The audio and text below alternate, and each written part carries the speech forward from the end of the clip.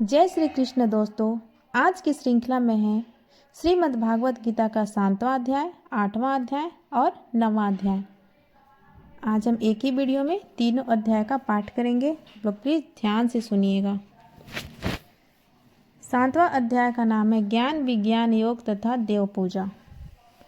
भगवान श्री कृष्ण ने आगे कहा, हे पार्थ, जिस ज्ञान के द्वारा तुम अपना चित्त मुझ में लगाकर और मेरा ही आश्रय लेकर सबके आत्मरूप मुझको पूर्ण रीति से जानोगे, वह मैं कहता हूँ। हे पार्थ, अब तुमको वह संपूर्ण ज्ञान विज्ञान सुनाता हूँ जिसे जानकर फिर कुछ और जानना शेष नहीं रह जाता। अर्जुन, हजारों मनुष्यों में कोई एक ऐसा होता है जो आत्मज्ञान जानने के लिए प्रयत्न करता है, और इन प्रयत्न करने वालों में भी कोई एकाध ही मुझको भली भांति जान पाता है। हे अर्जुन, पृथ्वी, जल, तेज, वायु, आकाश, मन, बुद्धि और अहंकार, ये 8 प्रकार की मेरी जड़ प्रकृति है। इन 8 प्रकार की प्रकृतियों को अपरा प्रकृति कहते हैं। इनके अतिरिक्त जो अन्य प्रकृतियां हैं उन्हें जीव रूपा प्रकृति अथवा परा प्रकृति कहते हैं। इस बात को भली भांति जानो। हे महाबाहो, इस परा प्रकृति से यह जगत धारण किया गया है, अतः इन्हें तू मेरी चेतन प्रकृति मान। हे कुंती पुत्र, संपूर्ण प्राणी मेरी इन दोनों प्रकृतियों से उत्पन्न होते हैं। इस बात को अच्छी तरह जान कि मैं इस संपूर्ण जगत को उत्पन्न, पालन और नाश करने वाला हूँ। हे अर्जुन, जैसे धागे में मणि पिरोई जाती है, उसी प्रकार यह संसार मुझ में पिरोया हुआ है, इसलिए मुझसे परे कुछ भी नहीं है। जलों में रस, सूर्य चंद्रमा में ज्योति, सब वेदों में ओमकार, आकाश में शब्द और मनुष्य में पुरुषार्थ मैं ही हूँ। पृथ्वी में पवित्र गंध, अग्नि में तेज, तपस्वी में जप, संपूर्ण प्राणियों में जीवन मैं हूँ, और संपूर्ण प्राणियों का सृष्टिकर्ता भी मैं ही हूँ। मैं बुद्धिमानों में बुद्धि रूप और बलवानों में बल रूप हूँ। काम रहित जो सात्विक बल है वह मैं हूँ, और धर्म के अनुकूल जो वासना है वह भी मैं हूँ। सतोगुण, रजोगुण और तमोगुण, ये तीनों मुझसे उत्पन्न है। मैं उनके वशीभूत नहीं हूँ। इन्हीं तीनों गुणों ने संपूर्ण जगत को मोहित कर रखा है। इससे मुझको कोई नहीं जानता है। मैं इन भावों से परे हूँ तथा इनका नियंता और विकार रहित हूँ। यह मेरी माया बड़ी कठिन है। जो मेरी शरण आते हैं वे ही मेरी माया के पार पहुँच पाते हैं। हे अर्जुन, मेरी माया ने जिनका ज्ञान हर लिया है और ज्ञान के दूर हो जाने से वे असुर भाव को प्राप्त हो गए हैं, ऐसे मूढ़, पापी और नराधम मुझको नहीं पाते हैं। हे धनंजय, रोगी या पीड़ित, आत्मज्ञान को जानने की इच्छा करने वाला, ऐतिहासिक या पारलौकिक भोग भोगने वाला और ज्ञानी, ये 4 प्रकार के मनुष्य पिछले जन्मों के पुण्य उदय होने पर मुझे भजते हैं। इन 4 प्रकार के पुरुषों में ज्ञानी श्रेष्ठ है, क्योंकि वह सदा मुझ में मन लगाए रहता है। इससे ज्ञानी हमको प्यारा है और मैं ज्ञानी को बहुत प्रिय हूँ। बहुत समय तक ज्ञान संचित करता हुआ जो इस संपूर्ण जगत को वासुदेव मानकर मेरा स्मरण करता रहता है, वह महात्मा दुर्लभ है। हे सव्यसाची, अपनी अपनी प्रकृति के अनुसार मनुष्य धन, मान, शक्ति, स्त्री, पुत्र आदि के लाभ के वशीभूत होकर वासनाओं के अज्ञान में डूबे रहते हैं। विभिन्न फलों की चाहना से मोहित ऐसे मूढ़ प्राणी मुझ अविनाशी को नहीं जान पाते। यद्यपि मैं भूत, वर्तमान और भविष्य तीनों कालों में उत्पन्न हुए सभी प्राणियों को जानता हूँ, परंतु मुझको केवल तू ही जानता है और कोई नहीं जान पाता है। हे अर्जुन,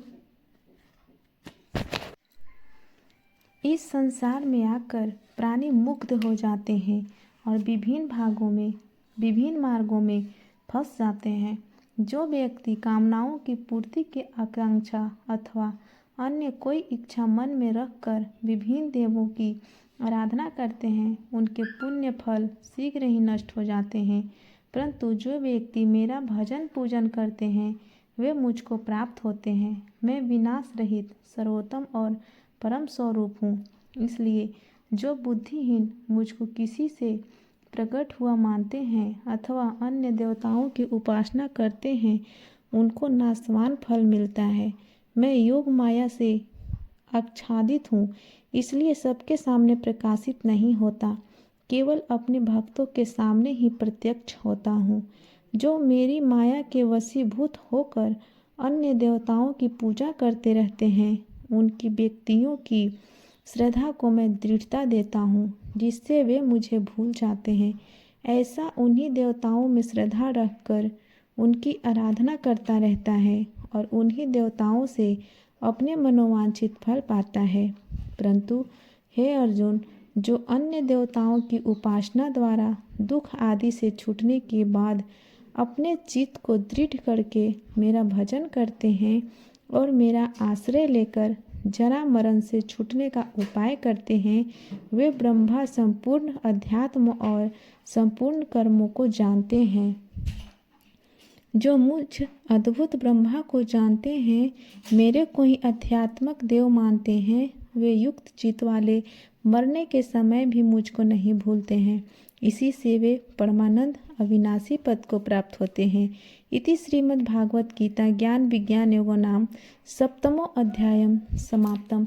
इसी के साथ श्रीमद् भागवत गीता का 7वां अध्याय यहीं पे समाप्त होता है। अब हम 8वां अध्याय का अध्ययन करेंगे। 8वां अध्याय का नाम है आध्यात्म कर्म और भक्ति। पुरुषोत्तम भगवान श्री कृष्ण के उपरोक्त वचनों को सुनकर अर्जुन ने पूछा, हे पुरुषोत्तम, ब्रह्मा क्या है, अध्यात्म क्या है, कर्म क्या है, अधिभूत और अधिदेव किसे कहते हैं, अधियज्ञ क्या है और वह इस शरीर द्वारा कैसे पूर्ण होता है, यह भी बतलाइए कि इस देह में कौन है।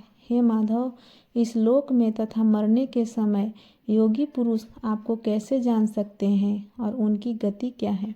अर्जुन के प्रश्नों को सुनकर श्री कृष्ण जी बोले, हे अर्जुन, जो जगत का मूल कारण है वह ब्रह्मा है और जो स्वभाव जीव है वह अध्यात्म है। संपूर्ण प्राणियों की उत्पत्ति और वर्षा आदि करने वाला जो त्यागपूर्ण आचरण है वह कर्म है।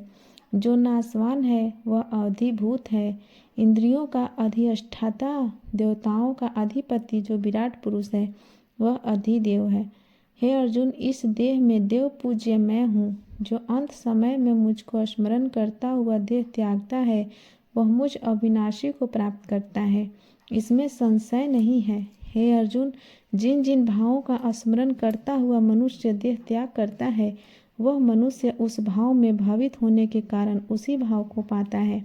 इसलिए तू सब समय मेरा स्मरण करता हुआ युद्ध रूप अपने धर्म का पालन कर। इसी प्रकार से मुझ में मन और बुद्धि लगाने से तू मुझे निश्चय ही पाएगा। अभ्यास से योगा मुक्त होकर जो केवल परम पुरुष में ही मन लगाकर उसी का ध्यान करते हैं वे निश्चय ही उसे पाते हैं। सकल विद्याओं का निर्माण करता, अनादि सिद्ध, संपूर्ण जगत के नियंता, सूक्ष्म से भी अति सूक्ष्म और सबसे पोषण करता, अचिन्त्य रूप, सूर्य के समान कांतिमान और प्रकृति से परे उस दिव्य परम पुरुष का जो व्यक्ति भक्ति पूर्वक ध्यान करते हुए शरीर त्यागता है वह मुझसे मिल जाता है। जो मनुष्य देह को त्यागते समय ओम का उच्चारण करते हुए मेरा स्मरण करते हैं वे अवश्य ही मोक्ष रूप परम पद को पाते हैं। हे अर्जुन, जिसे नाश रहित कहते हैं और राग द्वेषादि रहित योगी जन जिसको प्राप्त होते हैं तथा जिसको जानने की इच्छा से ब्रह्मचर्य व्रत का पालन करते हैं, उस पद का अब मैं संक्षिप्त वर्णन तुमसे करूँगा।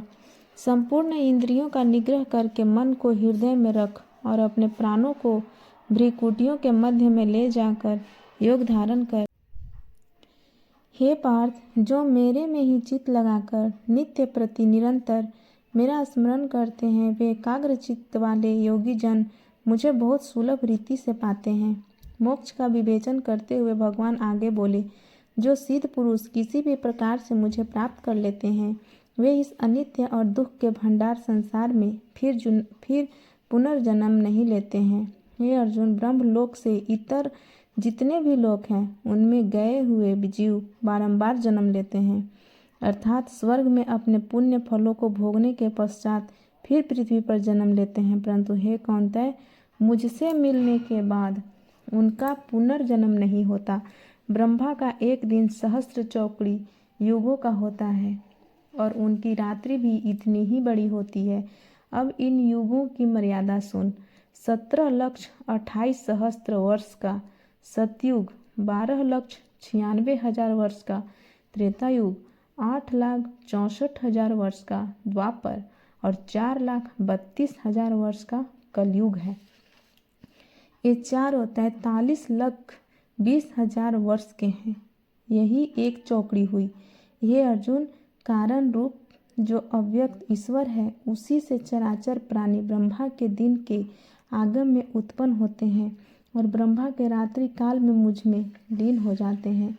हे अर्जुन, चराचर प्राणियों का जो अव्यक्त है, उसका भी कारण स्वरूप एक और अव्यक्त है। इंद्रियों के विषय से अगोचर और अनादि वह ब्रह्मा संपूर्ण प्राणियों के नष्ट होने पर भी नष्ट नहीं होता।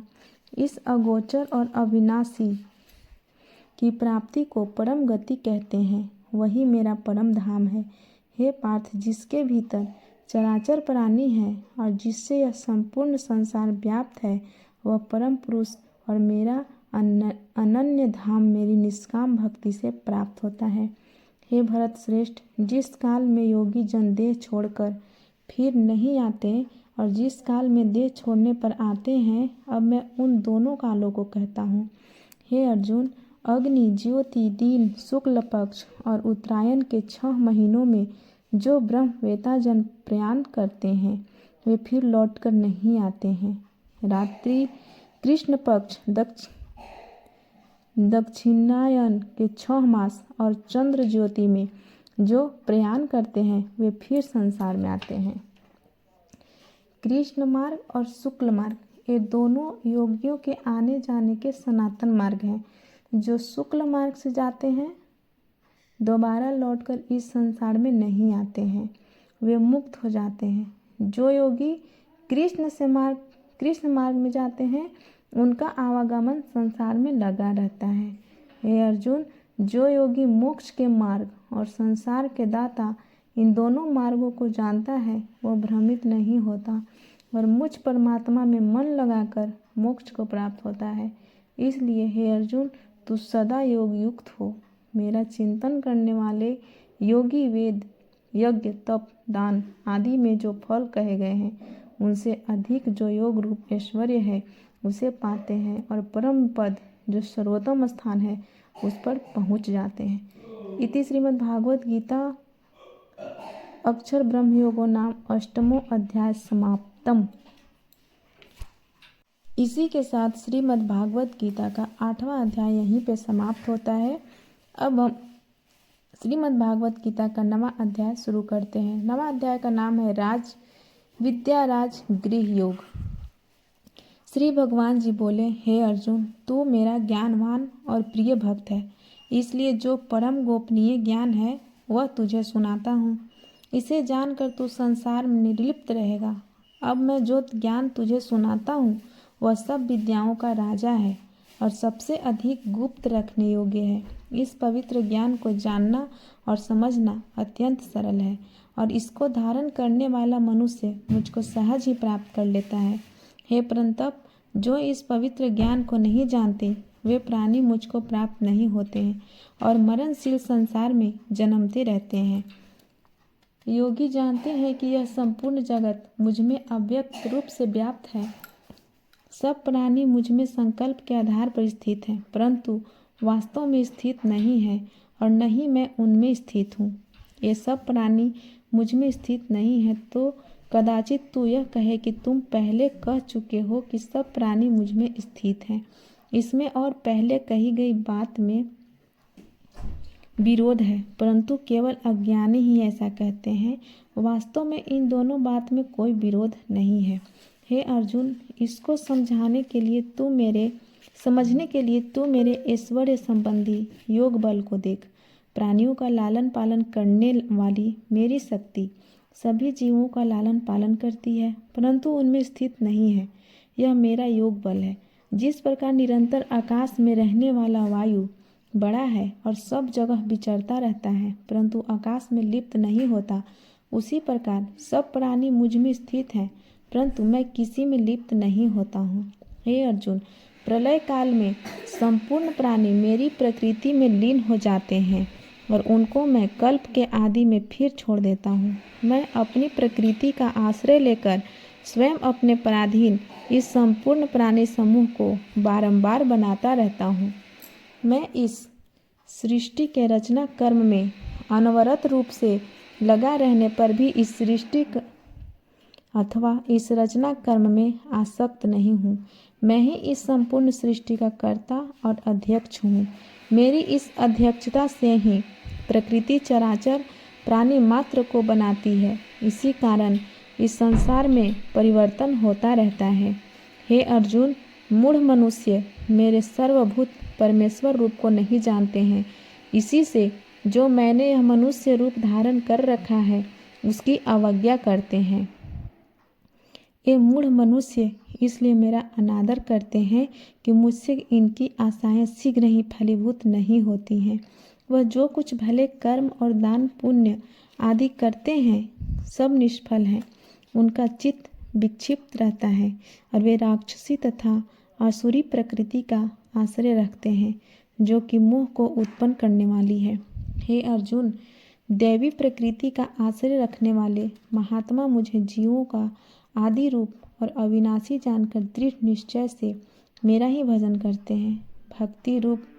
भक्ति पूर्वक मेरा नमस्कार करते हैं और रात दिन मुझ में ध्यान लगाकर मेरी उपासना करते रहते हैं। कितने ही मनुष्य ऐसे हैं जो एक भाव अर्थात अभेद बुद्धि से मेरी उपासना करते हैं। कितने ही दास्य भाव से मेरी पूजा उपासना करते हैं, तो कितने ही सब जीवों की आत्मा में मुझको देखते हैं। परंतु हे अर्जुन, तत्वज्ञानी तो मुझे ब्रह्म स्वरूप समझकर मेरी उपासना करते हैं। हे अर्जुन, मैं ही प्रकृति हूँ, होम की सामग्री हूँ, हवाग्नि हूँ, आहुति हूँ, इस संपूर्ण जगत का माता पिता हूँ, दाता हूँ, पितामह हूँ, जानने के योग्य हूँ, पवित्र हूँ, ओमकार हूँ और चारों वेद हूँ। मैं इस संपूर्ण जगत की गति हूँ, सबका पोषण करने वाला हूँ और सबका स्वामी हूँ, संपूर्ण कर्मों का साक्षी हूँ, सबका निवास स्थान हूँ, सबकी शरण हूँ और सबका हितकारी हूँ। सबकी उत्पत्ति और सबका लय करने वाला भी मैं ही हूँ। बीज रूप में सबकी उत्पत्ति का कारण, सूर्य रूप से सबको तपाने वाला और बादल रूप में जल बरसाने वाला भी मैं ही हूँ। इस प्रकार मैं सभी प्राणियों का जीवन और मृत्यु हूँ, परंतु मैं स्वयं अजय, अमर, अक्षय और अविनाशी हूँ। हे अर्जुन, वेदों को जानने वाले वेद भक्त यज्ञ कर्म करके अपने पापों से छूटकर पवित्र स्वर्गलोक में जाने की कामना करते हैं। वे अपने पुण्य कर्मों से स्वर्ग में जाते हैं और वहाँ दिव्य भोगों का भोग करते हैं। फिर अपने पुण्य क्षीण होने पर मनुष्य लोक में जन्म लेते हैं। इस प्रकार वे कभी स्वर्ग में जाते हैं और कभी संसार में आते हैं।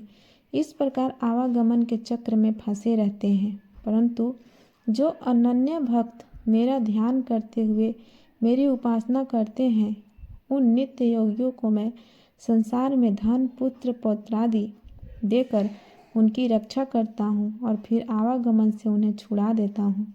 हे पार्थ, अन्य देवताओं के भक्त जो उनमें श्रद्धा रखते हुए अन्य देवों की उपासना करते हैं, वह भी मेरी ही पूजा करते हैं, क्योंकि मैं ही सब यज्ञों का भोग करने वाला और सबका प्रभु हूँ। देव पूजा के फलों को स्पष्ट करते हुए भगवान श्री कृष्ण ने आगे कहा, देवताओं को पूजने वाले देवगति को प्राप्त होते हैं, पितरों के पूजक पितर लोक जाते हैं, भूतों के पूजने वाले भूत लोक जाते हैं और मुझको पूजने वाले मेरे परमानंद स्वरूप अचल पद को पाते हैं। जब कोई भक्ति पूर्वक पत्र, पुष्प, फल आदि मेरे को अर्पित करता है, उसकी दी हुई वस्तु को मैं प्रसन्नता से स्वीकार कर लेता हूँ। इसलिए हे कौन्तेय, जो कुछ तुम करते हो, देते हो, तपस्या करते हो वो मुझको अर्पण करो। ऐसा करने से तुम कर्म बंधन रूप शुभाशुभ फलों से बच जाओगे और संन्यास योग से युक्त होकर भक्ति के सहित मुझको अवश्य पाओगे। हे अर्जुन, मैं संपूर्ण प्राणियों के लिए समान रूप हूँ। न कोई मेरा शत्रु है और न कोई मेरा मित्र है। जो मुझको भक्ति पूर्वक भजता है वही मुझ में है और मैं उसमें हूँ। यदि कोई अत्यंत दुराचारी मनुष्य अन्य देवताओं की पूजा न करके मेरी पूजा करता है तो वह अनन्य भक्त शीघ्र ही दुराचारी से धर्मात्मा हो जाता है और निरंतर शांत बना रहता है। हे पार्थ, कोई कैसा भी पापात्मा क्यों न हो, चाहे क्षत्रिय हो, वैश्य हो, शूद्र हो, यदि मेरा आश्रय ले लेता है तो उत्तम गति को प्राप्त होता है। इसलिए हे अर्जुन, ओम नमो भगवते मंत्र का निरंतर जप करते हुए मेरा चिंतन और भजन कर। फिर तू मेरे साथ इस प्रकार मिल जाएगा जिस तरह दूध में पानी, और इस प्रकार से इस आवागमन के बंधन से मुक्त हो जाएगा। इति श्रीमद्भागवत गीता राज्य विद्या राजयुगायो योगो नाम 9वां अध्याय समाप्त। इसी के साथ श्रीमद्भागवत गीता का 9वां अध्याय समाप्त हुआ। एक बार प्रेम से बोलिए जय श्री कृष्ण, राधे राधे, जय श्री हरि। आपको वीडियो कैसी लगी? अगर आपको वीडियो अच्छी लगी तो हमारे चैनल को लाइक करें, कमेंट करें एंड सब्सक्राइब कर दें। धन्यवाद।